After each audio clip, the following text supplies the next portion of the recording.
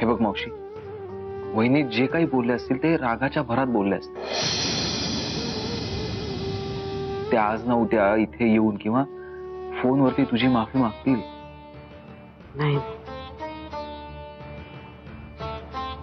तिने का माफी मागायची माझी? तिचं काय चुकलंय? खरी चूक माझीच आहे. मावशी हे बघ, हे जे काही झालंय ते तुझ्यामुळे नाही. तेव्हा प्लीज या अपराधीपणाचं ओझं तुझ्या स्वतःच्या डोक्यावर नको घेऊस. ते माझं मला ठरवू दे विहंग. तुम्ही दोघं जण जा आता इथून प्लीज. मला कोणाशी काहीच बोलायचं नाही. मी आहे बाहेर, डॉक्टर बर्व्यांशी बोलून घेतो.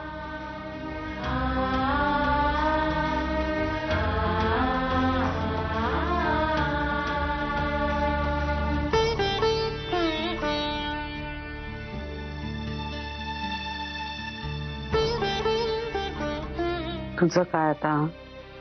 मावशी मी थांबते इथे तुमच्या बरोबर. का? लहान बाळे मी? तर वेळ लागलाय मला. मावशी तसं नव्हतं म्हणायचं मला. मीच जाते इथून. मावशी कुठे चाललाय तुम्ही आता? आता एवढा कसला गुन्हा केलाय? हा, कसला गुन्हा केलाय मी? आपल्याच घरात मोकळेपणाने फिरू नाही शकत मी?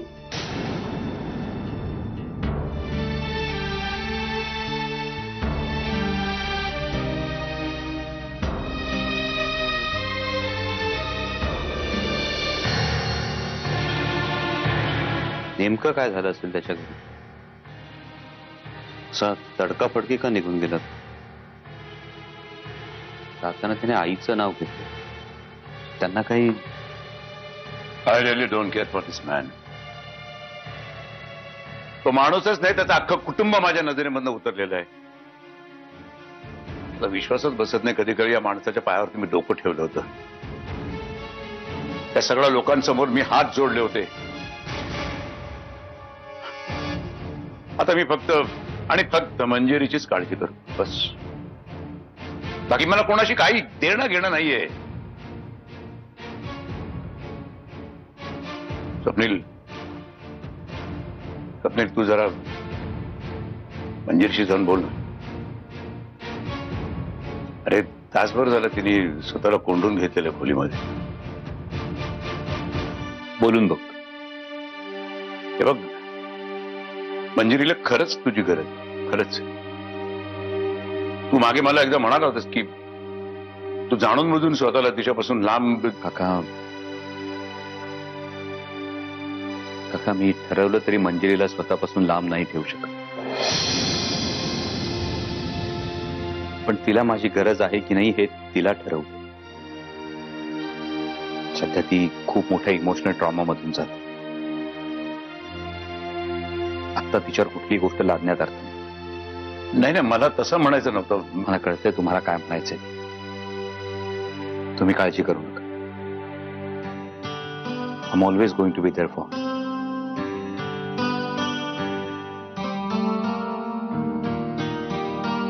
ऑलवेज.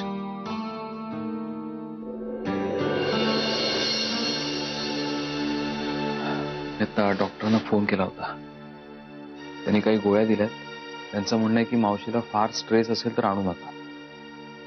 ते संध्याकाळी स्वतः व्हिजिट करतील.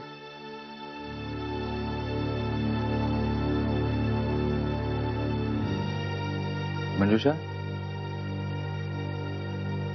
ए मंजुषा, काय विचार करतेस? विहंग, मंजिरी वहिनी खरंच अशा बोलल्या असतील का मावशींना? हे बघ, स्ट्रेस मध्ये माणूस असं काहीतरी बोलतो. नाही, पण त्यांचं बोलणं मावशींनी खूप मनाला लावून घेतलंय. बघ, आपण त्याबद्दल नंतर बोलूया. आधी मावशी कुठे आहे? त्या बाहेरच गेल्या आहेत. मला वाटलं ते हॉलमध्ये बसले असतील. नाही, मी आता बाहेरच फोनवरती बोलत होतो डॉक्टरांशी. आणि आत आल्यावर बघितलं तर मावशी नव्हती हॉलमध्ये. विहंग, त्या बाहेर कुठेतरी नाही ना? अगं मी काय सांगतोय मग, मी आता बाहेरच बोलत उभा होतो, ती घरातच असेल कुठे.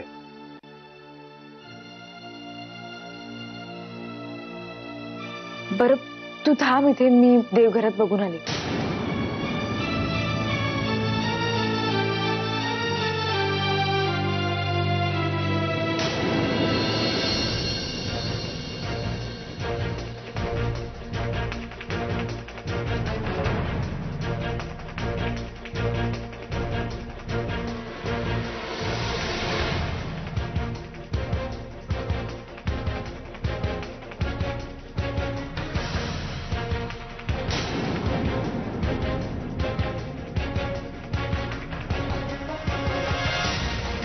एकच सांगते आणि आज अगदी मनापासून सांगते, सत्यजित आणि माझ्या संसाराची आज जी काही अवस्था आहे त्याला तुम्ही सुद्धा तितक्याच जबाबदार आहात. प्रियाच्या आणि त्यांच्या संबंधांबद्दल तुम्हाला आधी सुद्धा माहिती होती, पण तुम्ही तेव्हा सुद्धा लपवाछपवी केली. किंबहुना प्रियाच्या बोलण्यावर विश्वास ठेवायचा झाला तर तुम्ही प्रत्येक वेळी प्रोत्साहन दिले त्या गोष्टींना. जेव्हा जेव्हा सत्यजितने माझ्याशी खोटेपणा केला त्या प्रत्येक वेळी तुम्ही पाठीशी घातलेत त्यांना. अगदी शुभ्राच्या जन्माच्या वेळी सुद्धा. म्हणताना तुम्ही म्हणायचा, मी सासू नाही तुझी, आई आहे. मग असं वागते का एक आई आपल्या मुलीशी? घरातल्या मुलांची शिस्त बिघडते ना तेव्हा लोक आईलाच दोष देतात. आजपर्यंत मला हे खूप खटकायचं, पण आज मी स्वतः सांगते, सत्यजित मुधोळकर इतका खोटेपणा करायला धजावतात कारण त्याची आई शालिनी मुधोळकर आहे.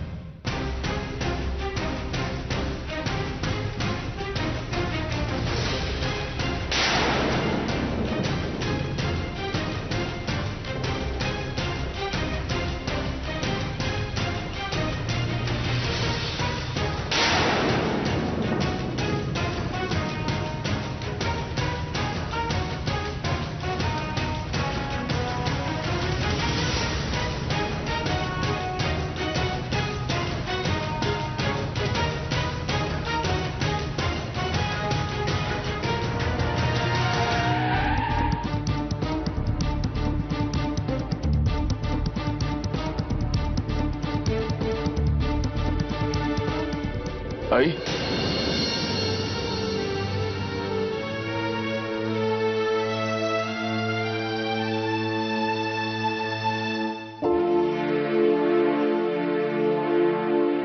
बाबा, अंजली तू बाबा मी ऍडव्होकेट महाबळेंशी बोलले, त्यांना भेटायला जाणार आहे मी. गुड. चल मी येतो तुझ्याबरोबर. तुम्ही यायची गरज नाही. आता आणखी किती तेच बंधनं घालणारच माझ्यात तू? अगं आता मी बरा आहे ना. एरवी 2-2 किलोमीटर चालतो की नाही मी. मग महाबळ्यांकडे येऊन काय एवढी मोठी मला दगदग होणार आहे? प्रश्न तो नाहीये बाबा. ठीक आहे मग निदान तू शिवराजला तरी सोबत घेऊन जा, किंवा मी स्वप्नीलला. मला कोणीच नकोय माझ्या बरोबर. जाईन मी माझी. आता तूच तर म्हणतेस ना की महाबळ्यांकडे जुन्या गोष्टींबद्दल बोलताना तुला खूप त्रास होतो म्हणून. व्हायचा तो त्रास झाला बाबा, खूप त्रास झाला. आता कशाचाच त्रास नाही होत मला. तुम्ही नका काळजी करू, मी करीन मॅनेज.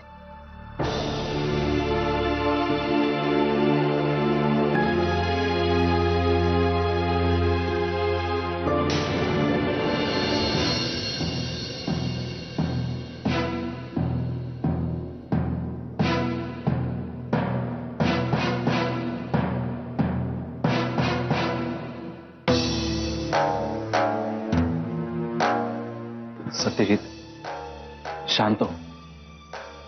मावशीची ट्रीटमेंट चालू आहे आणि गरज पडलीच ना तर आपण जगातले बेस्ट डॉक्टर घेऊन येऊया. व्यंग, एवढा वेळ का लागतो डॉक्टरना यायला? सांग ना, एवढा वेळ का लागतोय? सत्यजित, डॉक्टर बाहेर आल्यावरती कळेल ना नक्की काय स्थिती आहे ते. हे बघ, तू असा जर पॅनिक झालास तर मग गौरांग, आजी, आत्या यांना कोण सांभाळणार आहे? मला उशीर तर नाही ना झाला तिला इथे घेऊन यायला? मुळीच नाही, आपण वेळेवरती आलोय.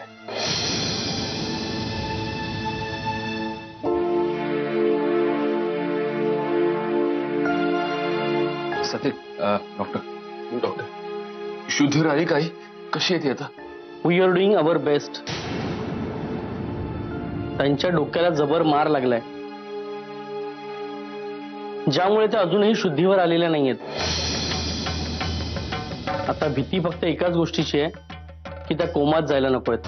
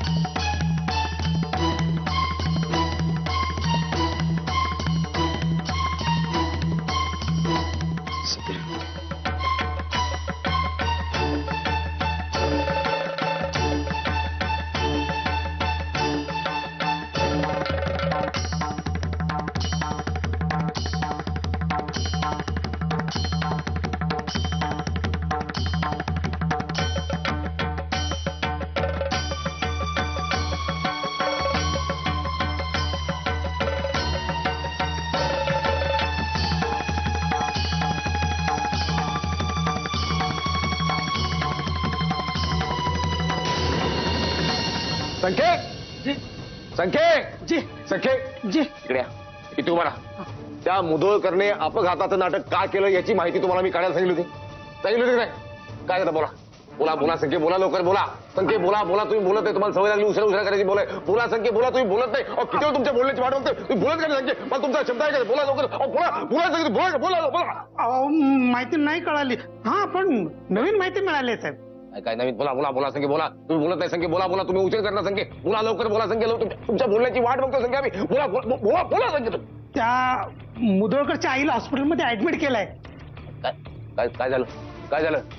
त्यांच्या घरातल्या घरात काहीतरी झालं, त्यात त्या गंभीर जखमी झाल्या. परिस्थिती खूप गंभीर आहे, म्हणून हॉस्पिटलमध्ये ऍडमिट केलंय. परिस्थिती गंभीर आहे परिस्थिती. बदलवा. धन्यवाद बाबा, धन्यवाद तावडे बाबा. असाच राहू दे आशीर्वाद पाठीवर. मुधोळकरची आई मेलीच पाहिजे, म्हणजे याचा कसा कणा मोडतो बघा. मग याच्याकडे बघू आपण.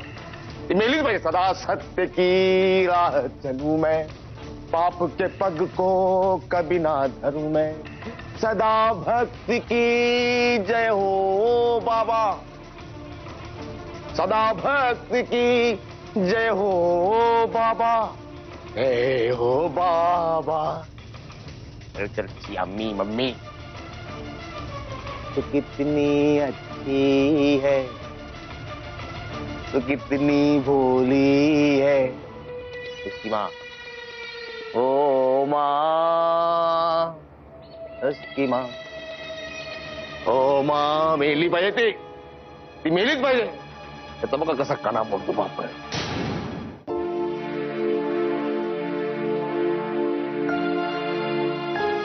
बाबा, निघते मी.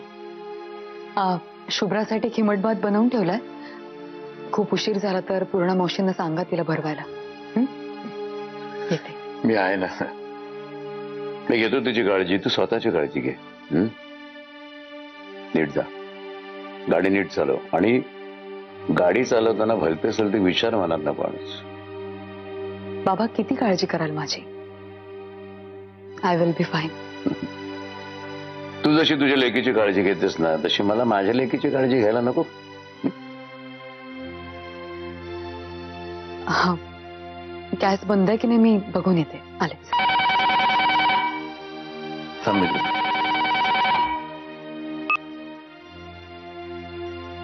हॅलो बाबा, विहंग बोलतोय.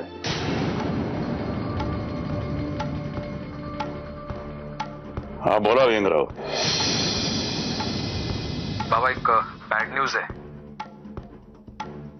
शालिनी मावशी घराच्या गच्चीवरून खाली पडली आहे. म्हणजे आता आम्ही त्यांना ऍडमिट केलं हॉस्पिटलमध्ये, पण कंडिशन खूप. बातमी खूप दुःखदायक आहे, पण हे सांगायला तुम्ही इथं का फोन केलात? बाबा हो, वहिनीनं कळवायचं. नाही, त्याची काही गरज नाहीये. बाबा तुम्ही असं का बोलताय? हे बघा विहंगराव, खरं तर मी तुमच्याशी बोलायलाच नकोय. त्या आरामखोर माणसाला कारस्थाना तुम्ही साथ दिलीत, आमच्याशी विश्वासघात केलात तुम्ही. बाबा मला त्याची तुम्ही वाटेल ती शिक्षा द्या, पण आता. विहंगराव, आपल्या माणसाला शिक्षा केली ना की आपल्याला त्रास होतो. मी तुम्हाला आपलं मानलं होतं, मुलासारखं मानलं होतं. आणि तुमचा तो कोणी मित्र आहे ना, एकेकाळी माझा जावई होता, त्यालाही जावयाचा मान दिला होता. आणि तुम्हाला तर मी मानापेक्षाही पलीकडे जाऊन तुमच्यावर प्रेम केलं होतं. चांगले पांग फेडले त्याचे तुम्ही. बाबा मी. खरं तर तुम्ही मला या नावाने हाक मारण्याचा हक्क सुद्धा गमावून बसलेला आहात. तुम्हाला एकदा सांगितलं ना मी की आपल्या माणसाला शिक्षा केली की मग आपल्याला त्रास होतो. आम्हाला झाला तेवढा त्रास पुरे झाला आता. आणि हो, अजून एक गोष्ट सांगतो, यापुढे कुठल्याही कारणाकरता इथे फोन करू नका. बाबा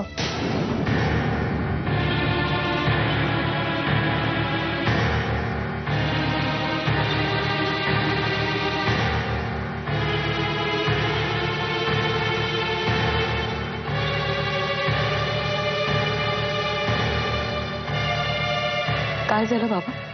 याने काही विशेष नाहीये. तू निघ. आणि हे बघ, मुधोळकर ना तुझ्याशी जो काय घाणेरडा खेळ खेळलाय ना, त्याबद्दल महाबळ्यानं सांगायला विसरू नकोस. ते विसरता येण्यासारखी गोष्ट आहे असं वाटतं का तुम्हाला बाबा?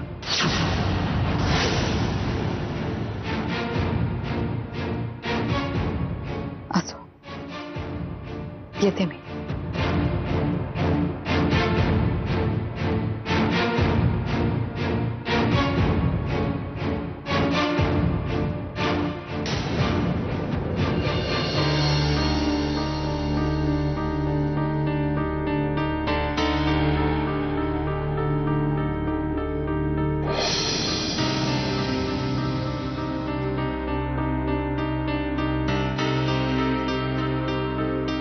काय नेमकं झालं? मावशी गच्चीवर गेली होती आणि इथूनच खाली पडली. बापरे. पण मग आता नेमकं ट्रीटमेंट चालू केली आहे डॉक्टरांनी. काही बोलणं झालं का डॉक्टरांशी? नाही, म्हणजे डॉक्टर म्हणालेत की मावशी कोमात जाण्याची शक्यता आहे. कंडिशन क्रिटिकल आहे आणि तू स्वतः डॉक्टर आहेस ना, प्लीज जरा. डोंट वरी, मी बोलते.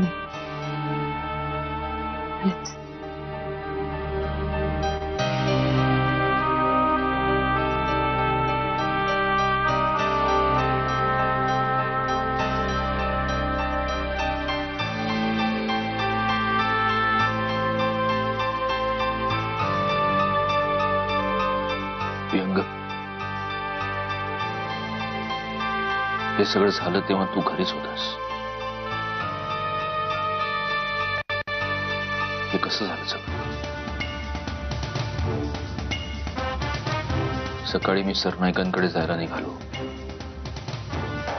तेव्हा आत्या मला म्हणाली की आई ऑलरेडी सरनाईकांकडे गेली. जेव्हा मी तिथे पोहोचलो तेव्हा आई तिथूनही निघून गेली होती. आणि त्यानंतर जेव्हा मी घरी आलो तेव्हा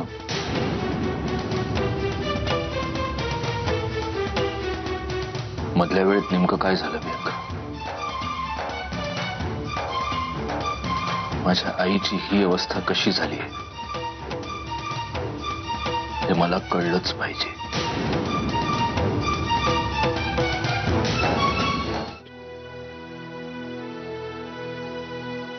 अरे मनू, आलीस तू? काय म्हणाले महाबळे? तू सगळं सविस्तर सांगितलंस ना त्यांना? हो. शुभ्रा उठली नाही ना? नाही, पण आता उठलेच कदाचित ती. मी जाते तिच्याजवळ. अनु, काय?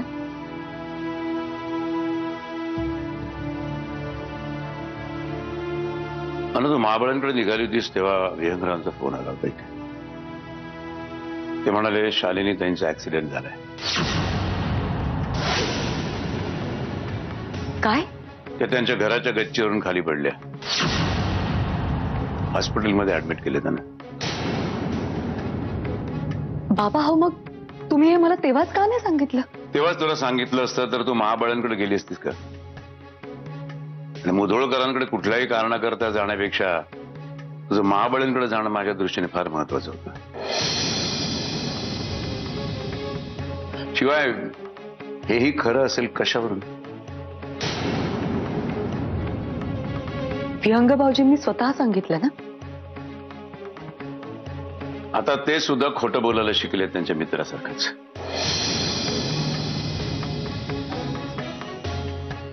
बाबा किमान अशा वेळी तरी. लोक म्हणू त्यांच्या घरात सतत काही ना काही असं होत राहणारच, पण म्हणून का आपण आपली कामं सोडून प्रत्येक वेळी त्यांच्याकडे जायलाच पाहिजे? खूप जास्त लागलंय का त्यांना?